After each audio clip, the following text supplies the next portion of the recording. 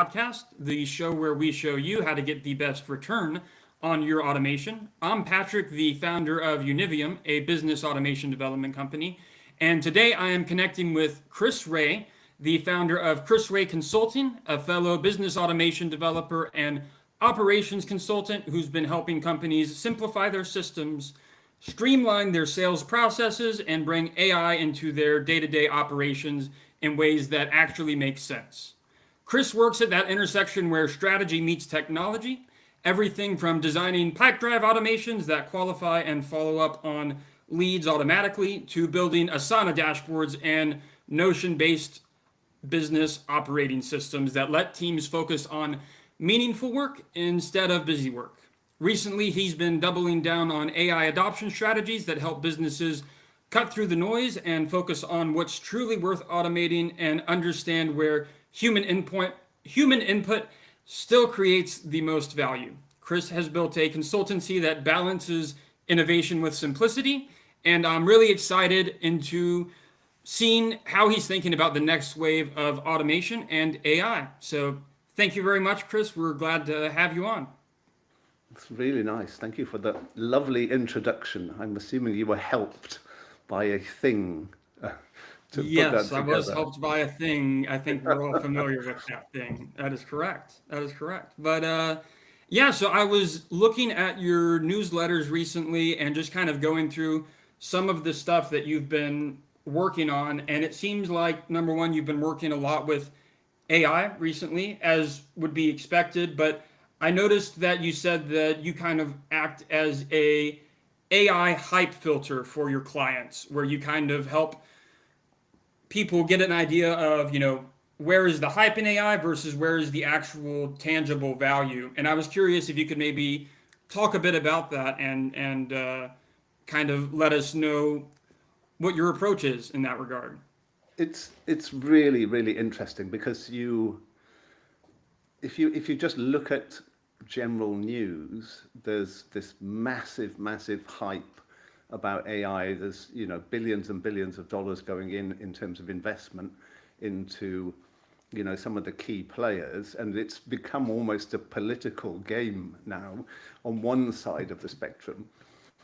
But for me as a techie, and particularly how does technology support businesses, I think there's a lot of businesses and business owners sat there going, how does this help us?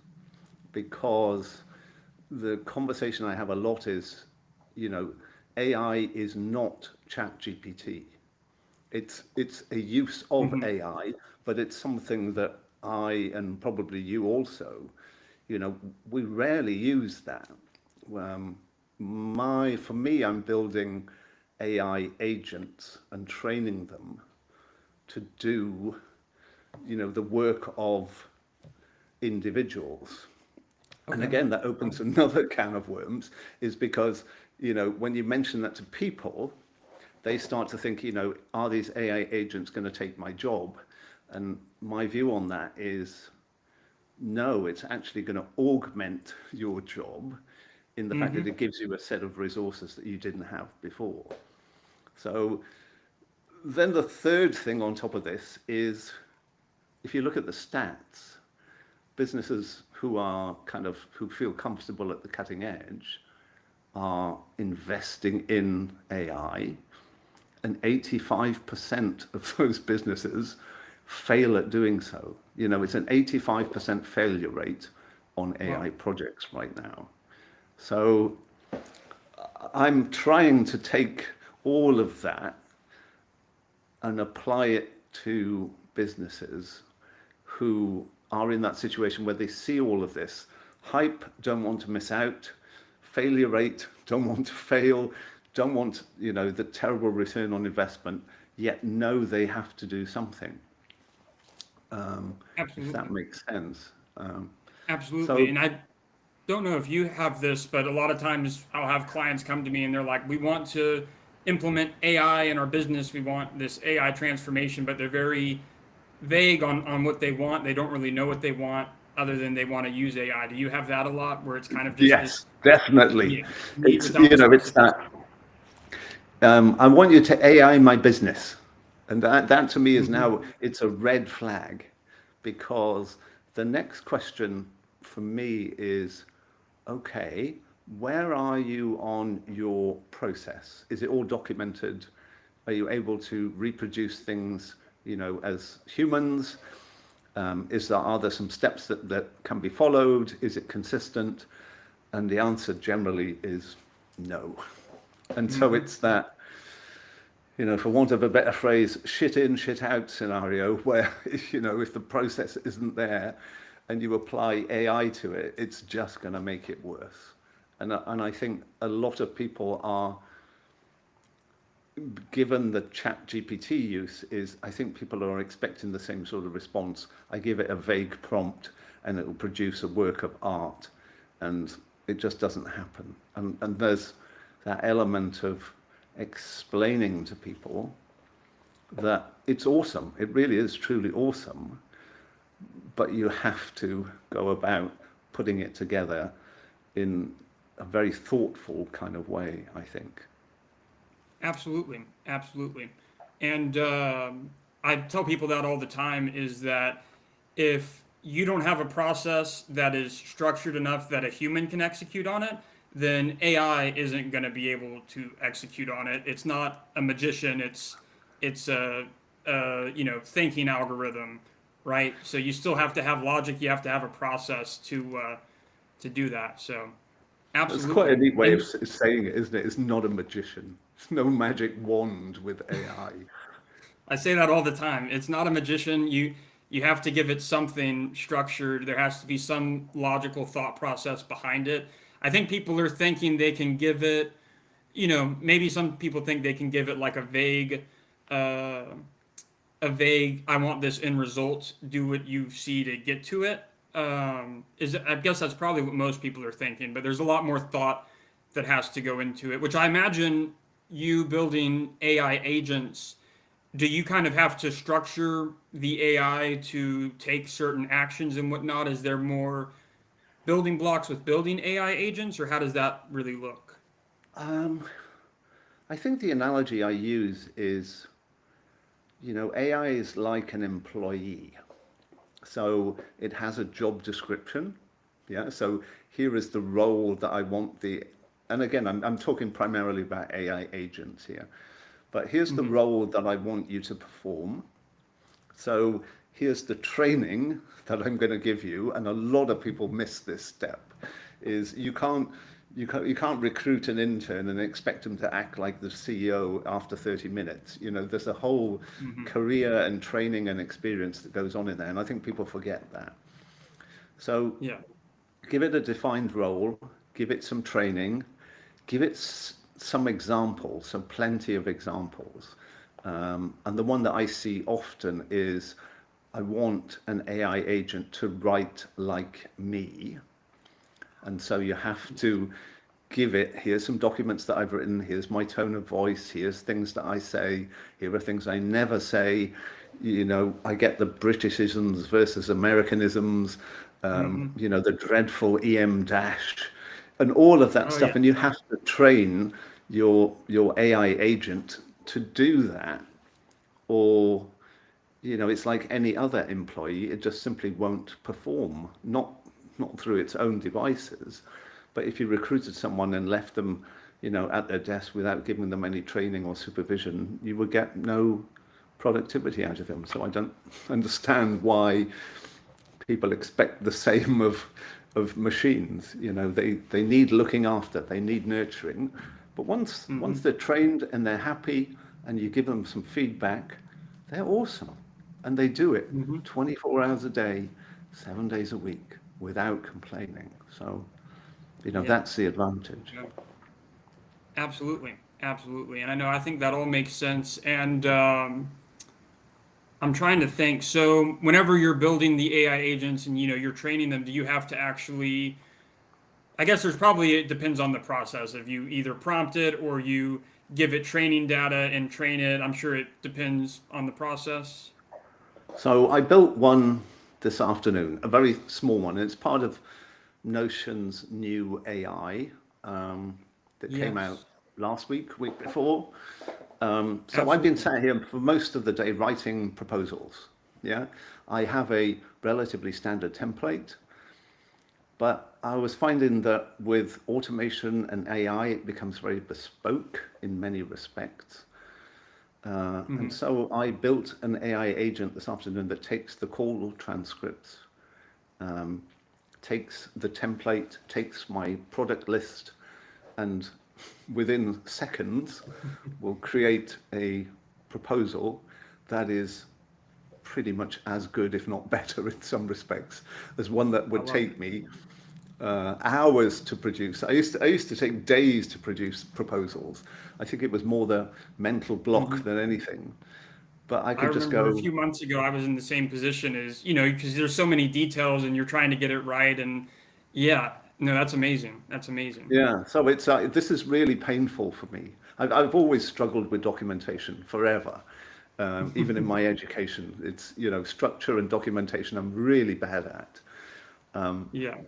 And And I used to that, get that my gives me an idea. I figured I'd mention this because it's good. something I was working on just this morning is when we're building automations and we have our team and they build it out and then a few weeks later, we might forget what it does or why it was built that way. And so, you could even take something like that, take your call notes and have it build documentation for your systems and whatnot, so you know how to go back and fix it. So I mean, there's a million things you can do with that.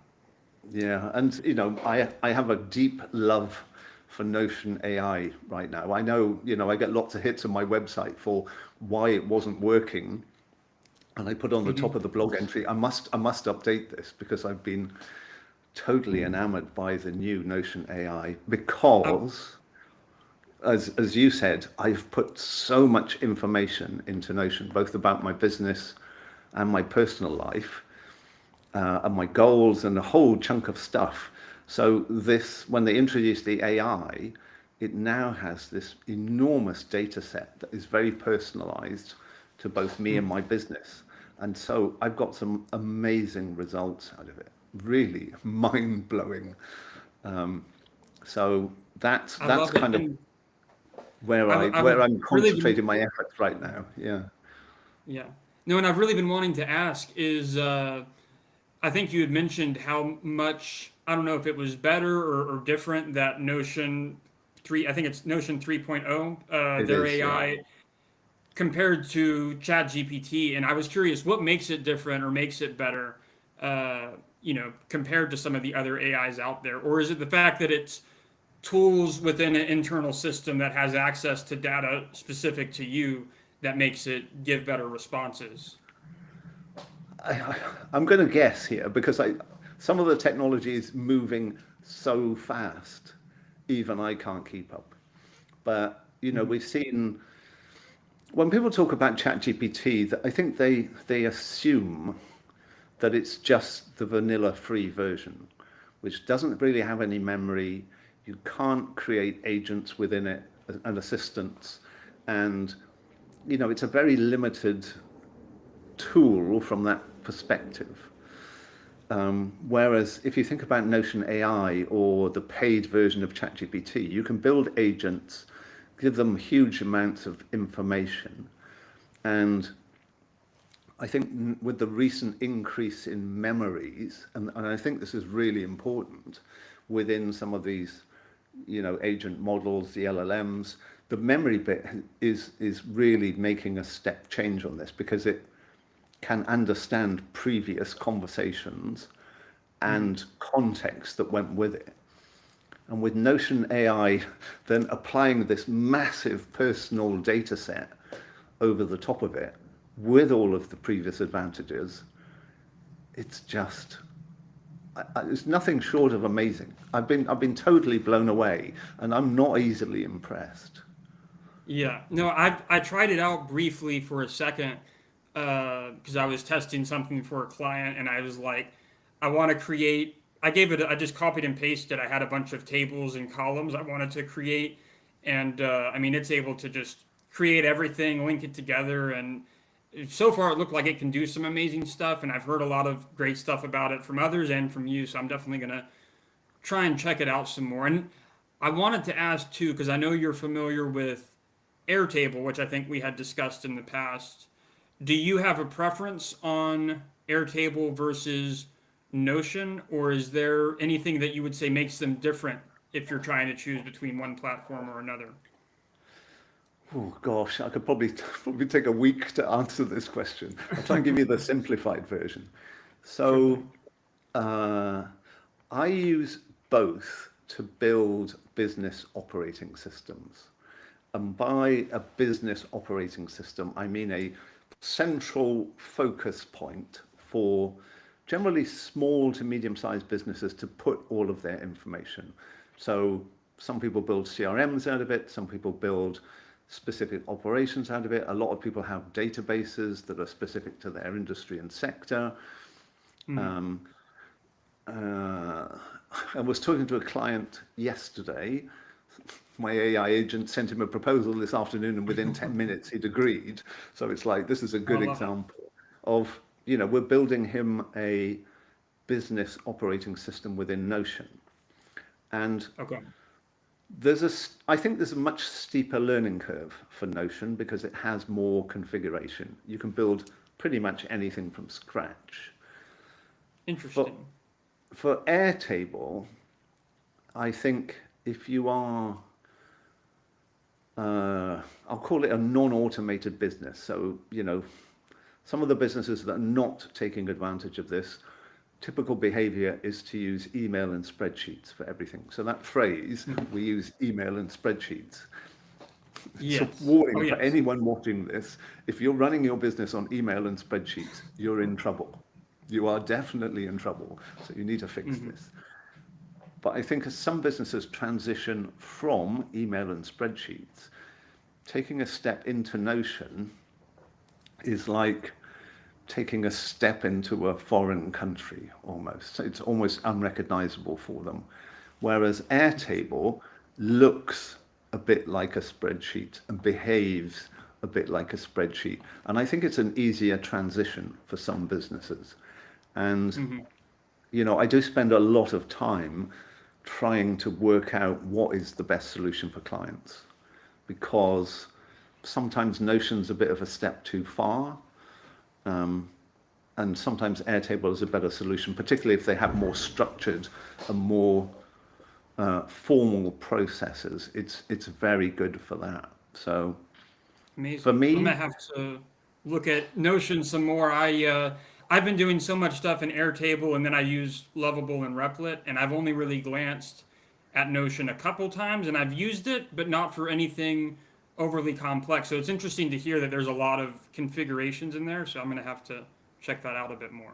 yeah, I think it's, in honesty, the tools are going to be less of an issue because they're all trying to eat each other's lunches to some extent, which I don't think is a good thing. I really don't think it's a good. I think they should stick to what they're good at and do more of that.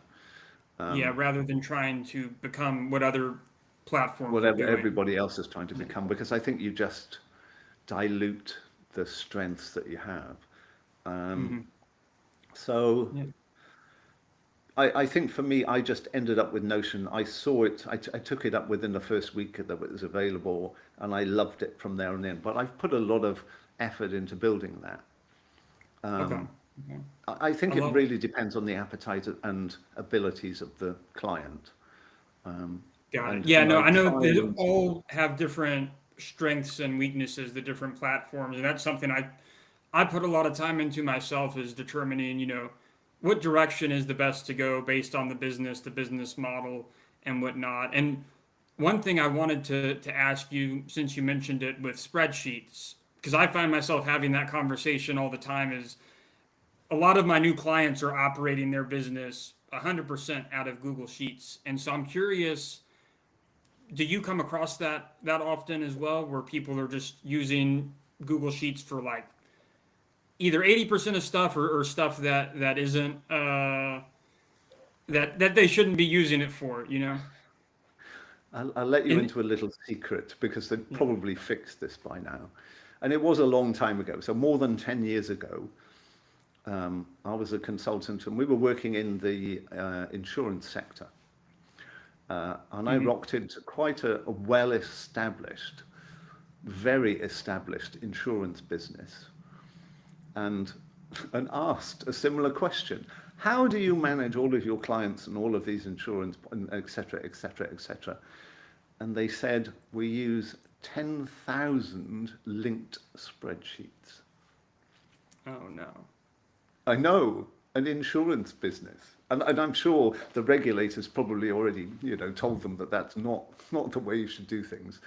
But, that to me is how far you can go if you don't think about your software strategy.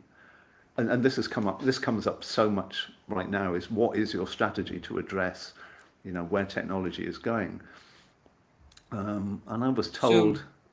Sorry, go ahead. Go on. Sorry, I'm I was rambling. going to say, because you caught my attention of like, when I'm having that conversation with clients and I'm saying, you're doing all of this in Google Sheets, like that's not good. We need to get you into some kind of integrated system that has more structure and a better framework to it.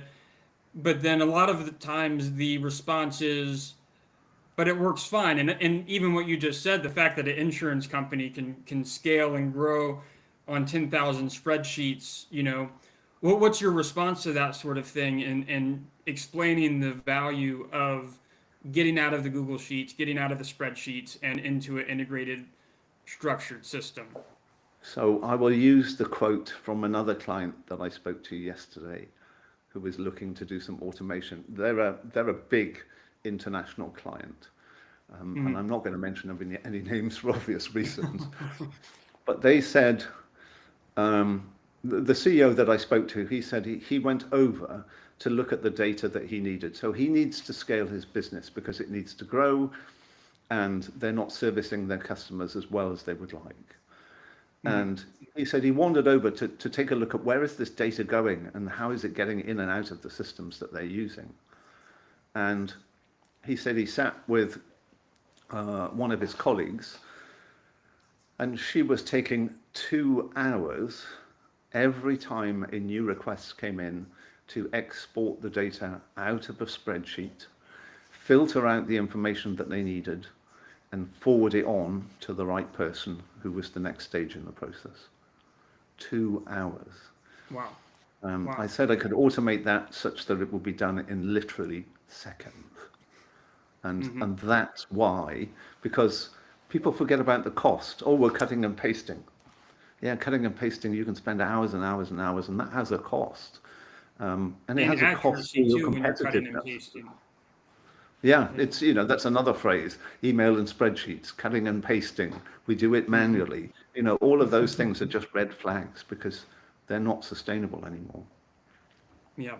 Yeah. And no, that's definitely, I think what you just said makes sense. Is there's a lot of things that you can do right with spreadsheets and benefit from because they're a great tool, but there are an infinite number of ways in which you can lose time through them.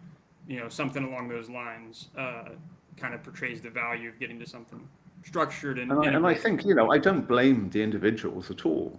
Is, when you get stuck in a situation, it's, well, what tools have I got available to me right now?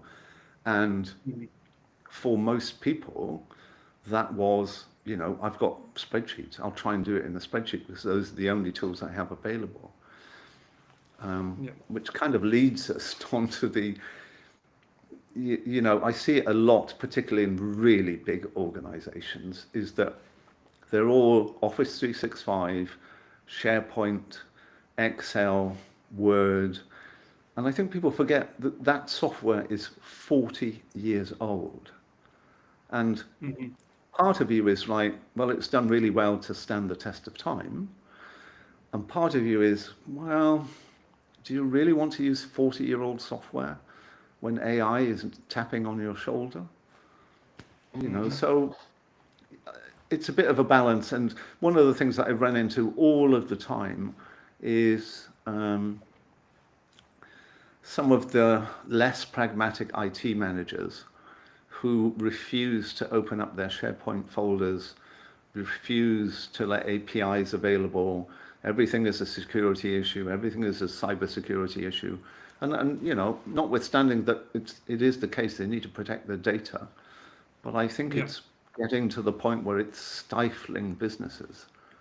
And that they need to think about, you know, sort of sandbox and experimental platforms to take advantage of the technology that they're simply not using. That's absolutely. And I think too, with the advancement of AI, people are able to develop new software quicker, and there's going to be a lot more tools out there, and it's going to be a lot more custom and a lot more niche and specific. And I think, you know, I think exactly what you said is, why would you want to be using 40-year-old software when there's all these new things out here that can give you that competitive edge? It's experimentation, yes, but also the experimentation is cheaper than it's ever been right now. And so, so absolutely. But real quick, because we're coming up on 30 minutes, there's a 50-50 chance that it's going to shut off right at 30 minutes. I learned that one time. So before I forget, first off, I wanted to get 1 or 2 book recommendations from you, just that you would recommend, I'd say, to your general target audience, people wanting to either scale their business or whoever your target audience may be. There's an easy one. So the easy one is Tim Ferriss's 4-Hour Work Week. I was on vacation in Hawaii. I had a bit of jet lag. I got up at 4 a.m. because my body got up at 4 a.m. And I started reading that book, and I went, that was the point that I realized you can work anywhere and do pretty much anything. And that's where the whole automation and simplification and all of those ideas came in. They're probably quite a bit out of date now. It's more than 10 years old, but that's where I got my original ideas. And the second one is this one here. I don't know whether we can see it. This is the bullet journal. I still love analog. So, you know, the fact that I can write things down on paper, but then take a photograph of them, upload them into Notion and AI, and have it transcribe and hold that information. I still love, you know, pen and paper for idea generation. So, you know, that's probably my second recommendation. Is that what the book is about? Is why, you know, getting offline is it's getting offline and doing it on paper and putting your thoughts down on paper, as well as your tasks and your actions and your trackers and all of the other stuff that you can do with paper. I'll have to read that, because even as an automation developer, as much as I know tech, I still have a piece of paper in front of me. I'm always writing ideas down. You cannot get away from it. And the trick is to keep it in one book. Yeah. In one. Oh, really? Okay. Yeah, because you know, it's like you can't do it on multiple pieces of paper, because where on earth do you store all those multiple pieces of paper? So yeah. That's my in a pile next to my desk. Yeah. So last thing I wanted to ask is, number one, I guess, who is your target audience? Who do you serve, and how can you help them, and how can they get in touch with you? So I generally serve small and medium-sized businesses, mostly the former. Generally it's people who have sort of 5 to 10 employees, and then the medium businesses sort of up to 50 or 100 employees. And I help them take away the pain of repetitive work and turn it into automation. And generally we start something really simple, and we build on that. And I've had clients for more than 10 years based on that sort of scenario. I love it. Where can you find me?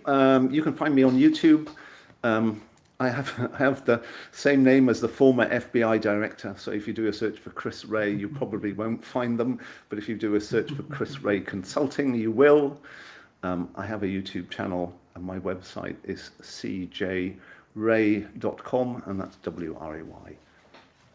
Perfect. I love it. Well, thank you so much, Chris. I enjoyed talking today, and thank you so much for all the guidance you gave today. We appreciate it. No, thank you so much for inviting me. Super, super lovely, and lovely to talk to you again and discover how successful you've been at this also. Absolutely. Thank you very much. Everyone, take care.